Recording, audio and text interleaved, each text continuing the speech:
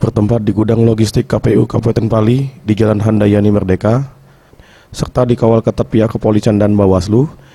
KPUD Pali mendistribusikan logistik ke PPK sekecamatan Kabupaten Pali.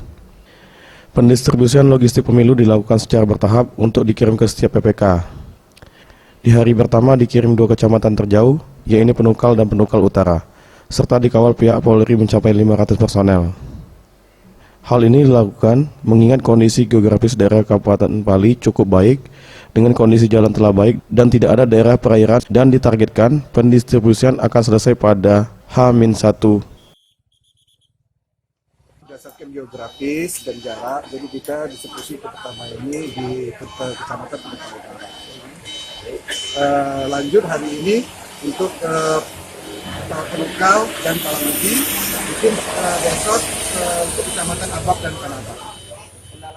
Pas distribusi logistik pemilu tahun 2018, kita mulai untuk hari ini tadi semua bahwa ada 3 kecamatan Utara, Penukal, dan Kecamatan Tim Liputan Sriwijaya TV.